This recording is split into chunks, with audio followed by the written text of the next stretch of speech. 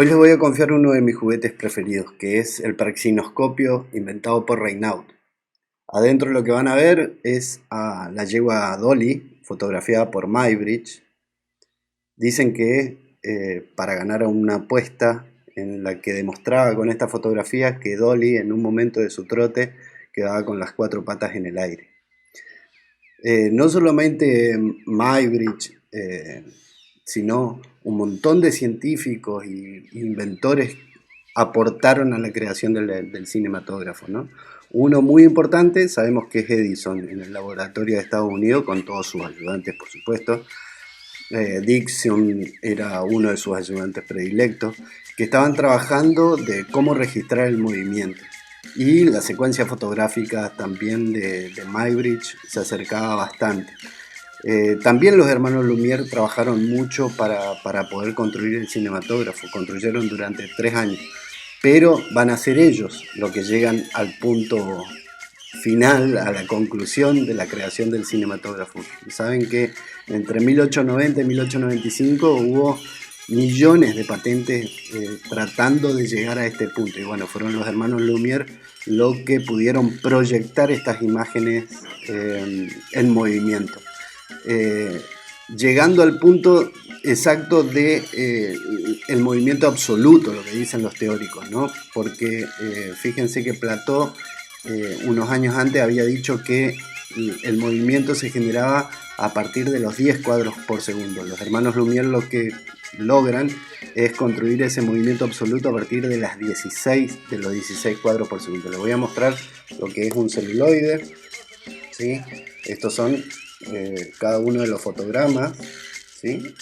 Y 16 cuadros son los que van a construir un segundo de la cinematografía.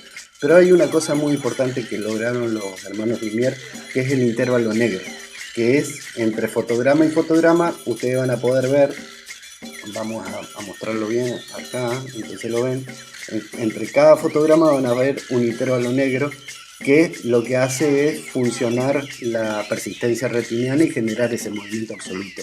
Fíjense que los hermanos Lumière trabajaban sobre los 16 cuadros y que se va a estirar hasta el año 20, en donde se va a estandarizar con la creación del sonido la norma de 24 o 25 cuadros por segundo. Así que vamos a ir un poco a conocerlos un poco más a los hermanos Lumière.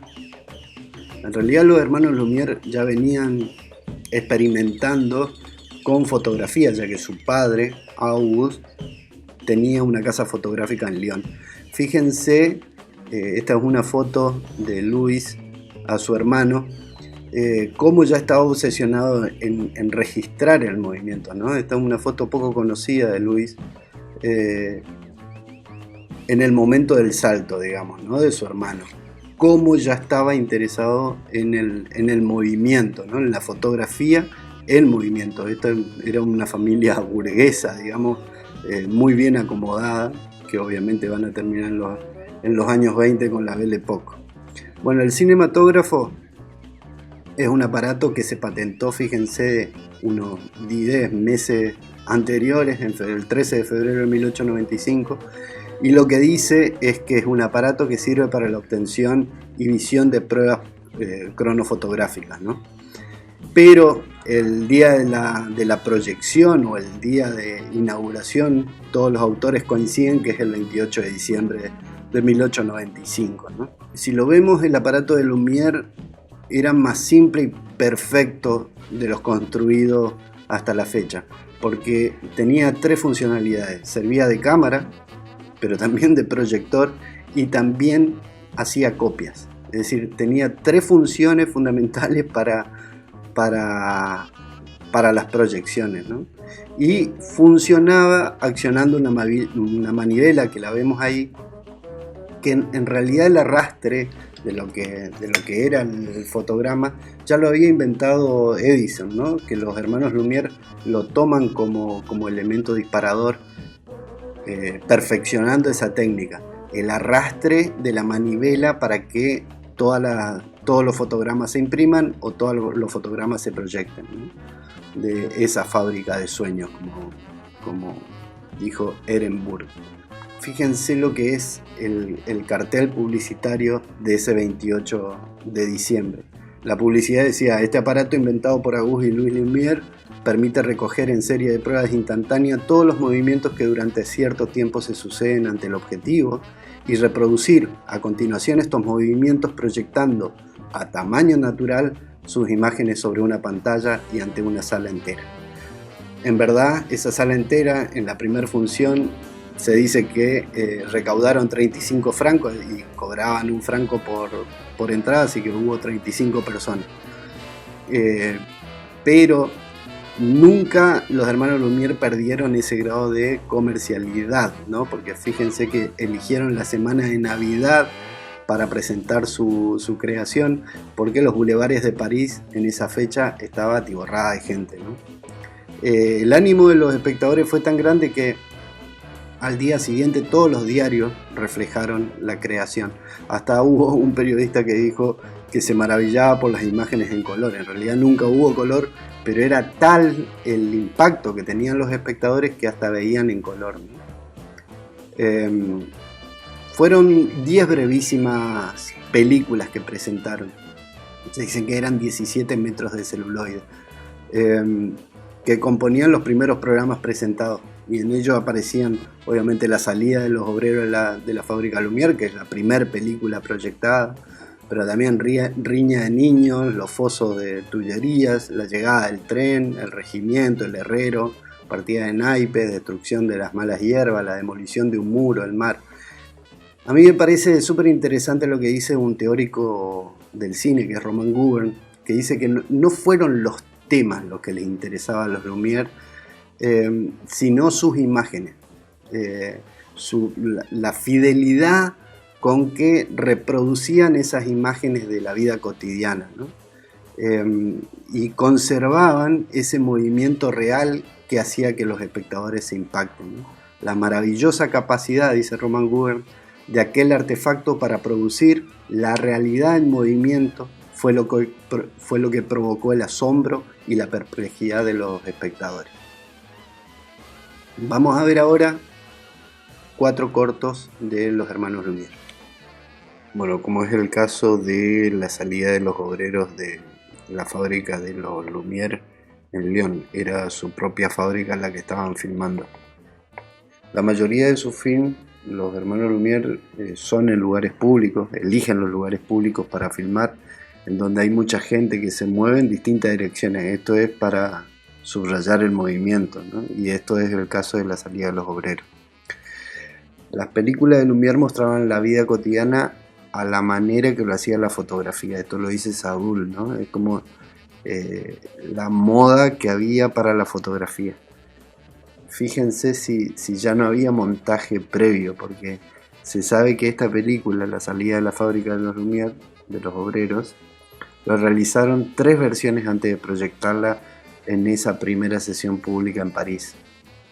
Es decir, la volvieron a hacer hasta que lograron el plano que querían, ¿no? También fíjense que esta cinta aparece en la pantalla como protagonista el público potencial de ese espectáculo que están haciendo, ¿no? Y que Jaurès, por ejemplo, lo definiría como el teatro del proletariado. El protagonista que está saliendo de la fábrica pasa a ser también el espectador del cinematógrafo. No solo es un hecho histórico por considerarse el primer film, sino también es una fuente documental imprescindible para entender la sociedad de la época, ¿no? Acá se pueden observar vestimentas, los medios de transporte que salen de la fábrica, bueno, la fachada misma de la fábrica de los hermanos Lumière, y un detalle que no es menor: la cantidad de trabajadoras mujeres que hay, ¿no? Aquel inocente artefacto se aprovechaba de lo que decíamos antes, el fenómeno de la persistencia retiniana en la fotografía y la proyección, para excitar el sistema nervioso de sus espectadores con emociones inéditas como la de Méliès, que fue a esa primera proyección y después escribió: apareció ante los atónitos ojos de los espectadores la plaza, los transeúntes y sus carruajes moviéndose. Quedamos boquiabiertos, estupefactos y sorprendidos, más allá de lo que pueda expresarse. Las primeras imágenes famosas que los Lumière nos dejaron son documentos de la época, ¿no? Así como vimos obreros saliendo de la fábrica o este famoso tren que arriba a la estación de la ciudad, ¿no? El realismo de este filme está reforzado por la profundidad de foco. Fíjense la nitidez del enfoque que tiene. Este plano se volvió a filmar 5 años más tarde para mejorar la técnica. Pero fíjense cómo se acentuaba el acercamiento de la locomotora hacia la cámara, ¿no? Estas inocentes peliculitas, ¿no?, asustaban a todos y ponían nerviosos a todos los espectadores que estaban viendo porque resultaban excesivamente realistas para la mentalidad precinematográfica de los espectadores. Imagínense esa gente que solamente veía juguetes ópticos pasa a ver algo proyectado en su dimensión, ¿no? Por eso se sabe mucho el tema de la anécdota de que cuando el tren llegaba se asustaban y les hacía identificar su visión con los ojos de la cámara, ¿no? También es un hechizo el tren en esa época y en todo el arte. Si revisan Monet o Cézanne haciendo pinturas, también el tren es como un objeto de mucha recurrencia, ¿no? Es importante ver que es un signo de los nuevos tiempos que impresiona profundamente a este público, que pasó de los carruajes de unos años antes a lo que es el tren, ¿no? Una imagen completamente nueva para un mundo completamente nuevo, ¿no? Los hermanos Lumière no creían que su invento iba a revolucionar la vida, el espectáculo y que el cine se iba a convertir con una aspiración de multitudes, ya que ellos creían, y se lo dijeron a Méliès, que era un instrumento de laboratorio para sabios y científicos, nada más. El regador regado. Muy raro en la cantidad de film que hicieron los Lumière de la ficción, pero recurrieron a este gag que es lo más popular y lo más fácil, digamos. Aparte interpretado por un jardinero que era de los Lumière, así como la fábrica era de los Lumière, normalmente se abastecían de escenas familiares, ¿no? En este tipo de casos es una de las primeras películas que captó el rostro, que se permite hacer una lectura de quién es, ¿no? Pero lo más importante es que esta película va a ser el germen y el arquetipo de todas las comedias que se hagan después, ¿no? Y este corto se aproxima ya no al documental de las calles de Lyon y de París, sino a un cine más narrativo que después Méliès va a explotar ese género, ¿no?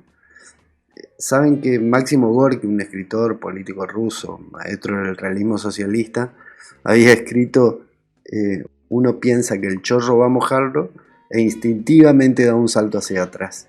Le causó a Gorki un impacto muy muy alto al ver estas películas, ¿no?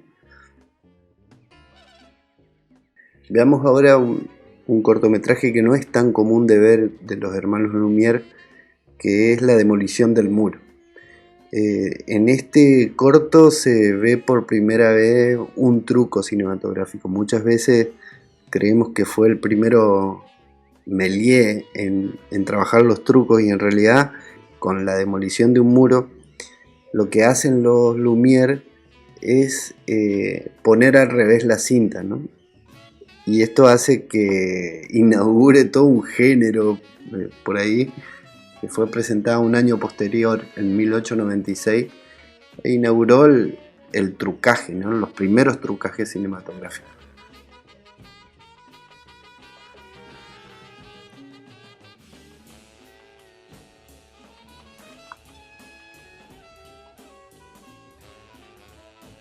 Veamos ahora la chanchería mecánica, sería de alguna manera la traducción, que puso la magia al servicio de la comicidad, ¿no? Empiezan a trabajar la comedia en el cortometraje.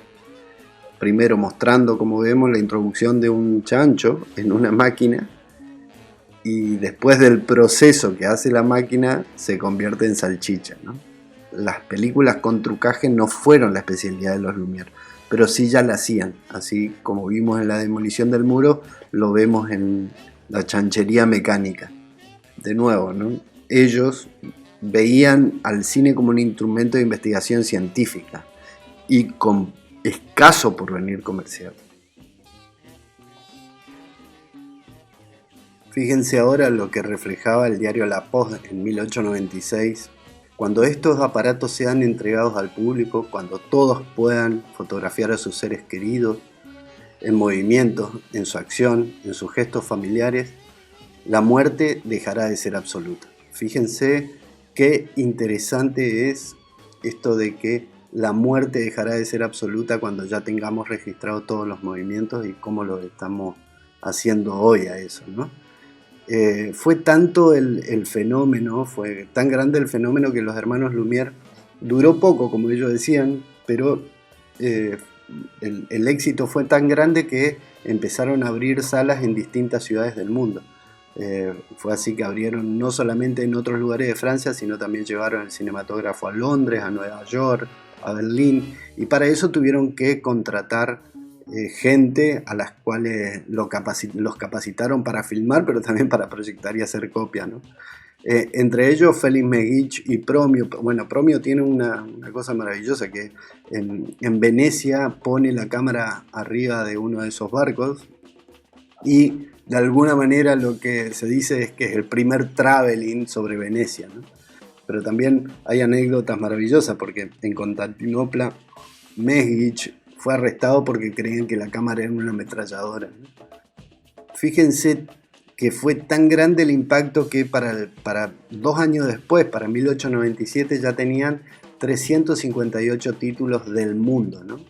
Los Lumière tenían una consigna muy, muy interesante que decía abrir sus objetivos sobre el mundo. Fue la consigna para cada uno de los operarios que mandaban a esos lugares del mundo, y concebían a la cámara cinematográfica como un gran viajero, ¿no? Que pueda mostrar el cine, el mundo a esos espectadores, ¿no?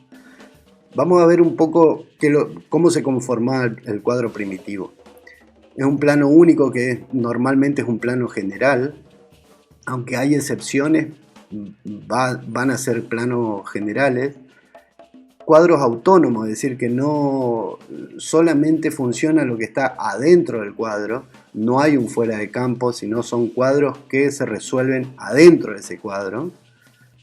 Frontalidad rigurosa, casi teatral, casi mirado desde un espectador de lujo de un teatro, y bien frontal a la acción, ¿no? La salida de los obreros de la fábrica, el tren.